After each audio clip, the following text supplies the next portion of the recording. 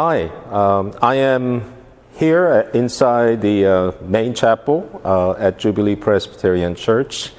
I'm sure this space is very familiar to you, although it's been a number of weeks since most of you have been here because of the current COVID-19 crisis.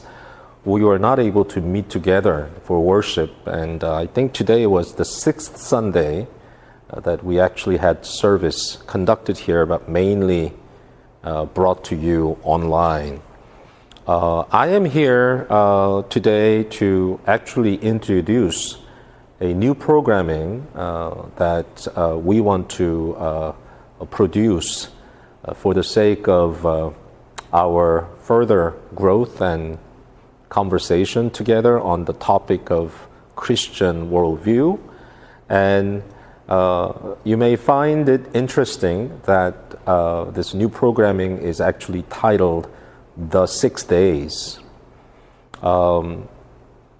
If you can recall what the front part of our chapel looks like, this is a good time to remind yourself.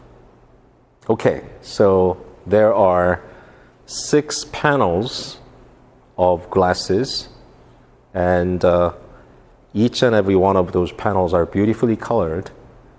And if you do not know the story behind it, here it is. So when we were renovating and building up this chapel, we had rooms to create 6 window panels. And I've asked the designer to consider designing those 6 windows with images, beautiful images of the 6 days of creation. You know what that means, right? So the 6 days of creation is presented to you from Genesis chapter 1, the very first chapter of the Bible. And there it is portrayed for us that when God created the heavens and the earth, He created the heavens and the earth in the 6 panels or 6 frames or 6 days. And for the 6 days He created, and on the 7th day He declared it the day of Sabbath. And Sabbath is not only the day of rest, but Sabbath is the day when all God's creation, led by the greatest creation of all creations, human beings like you and me, that we would bring all things to the focus in worship of the Creator God, who is the Lord of all creation.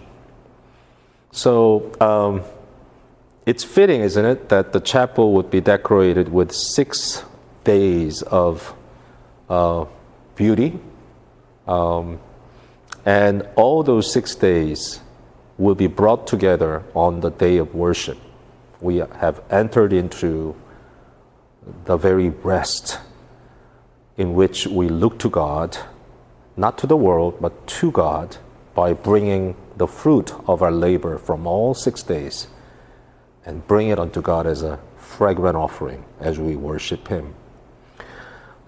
In this programming that is going to come hopefully as a weekly production, we will have our expert teachers at our church who will be giving a short lecture, reflection, Bible meditation, message. You may call it anything that seems to make sense, but they will bring these 15 minutes or 20 minutes talk on the topics of what engages us in everyday life. So basically, the rationale is this. Well, there are a number of different rationales, but I will just point out one or a few. One, the first is that God claims every day to belong to Him. We call the day of worship the Lord's Day, and I hope that doesn't confuse us to think that only that day belongs to the Lord and the other 6 days belong to us. No, in fact, every day belongs to the Lord. So every day, in this sense, is the Lord's day. All 6 days are claimed by God as His own. The entire creation is God's.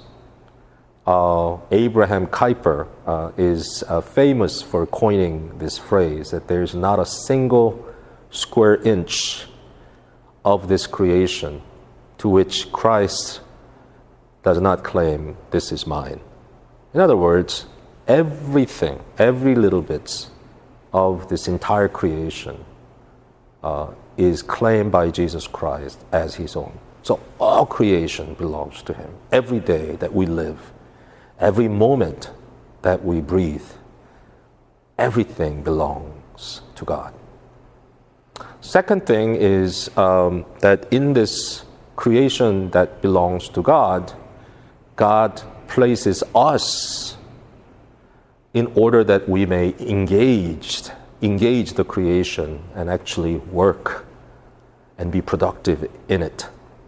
So everything that you do as God's people, God's children, all those things are meaningful because these are things that God has mandated you and me.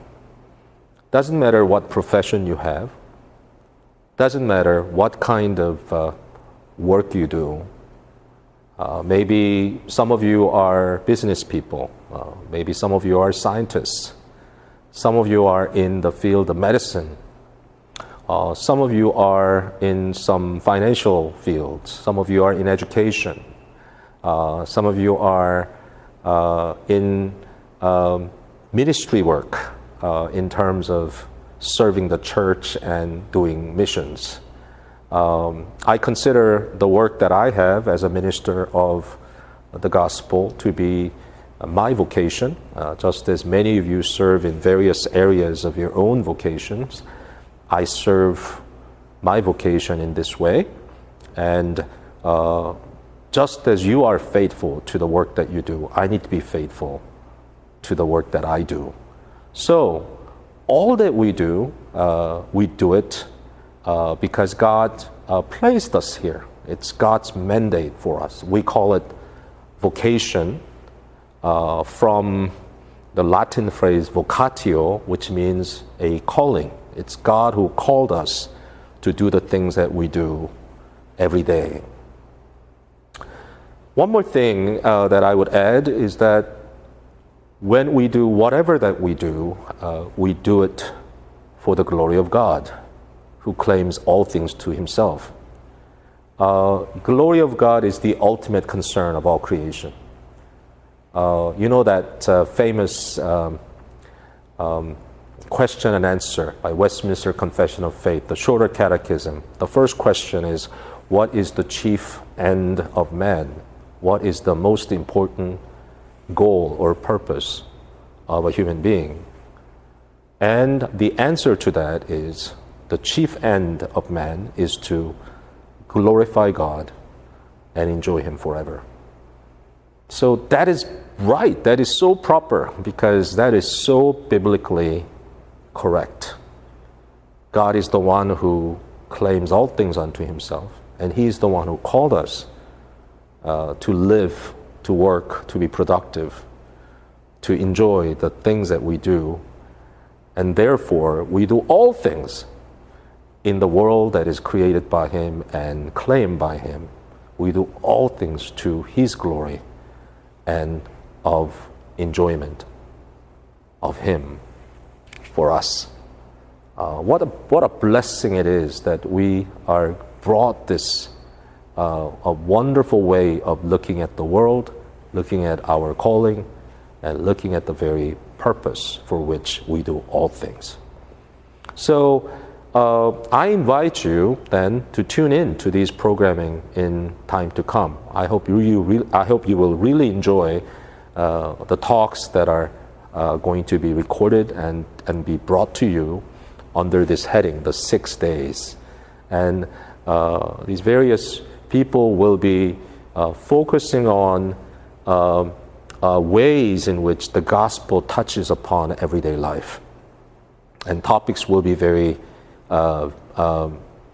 diverse, and I believe the conversations that are brought to this programming will be very engaging. I hope that this will be another opportunity for us to engage in a lot of ongoing godly conversation as people of God. I think church is called to do that. As a community, we want to continue to engage one another in thinking good thoughts, in sharing beautifully encouraging and edifying words, and also then living it out in the way that we express ourselves to the world in love and faith and hope.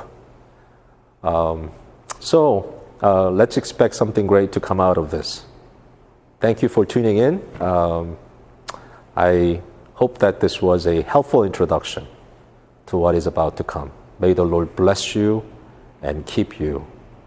And please stay healthy, and let's meet each other very soon. Thank you.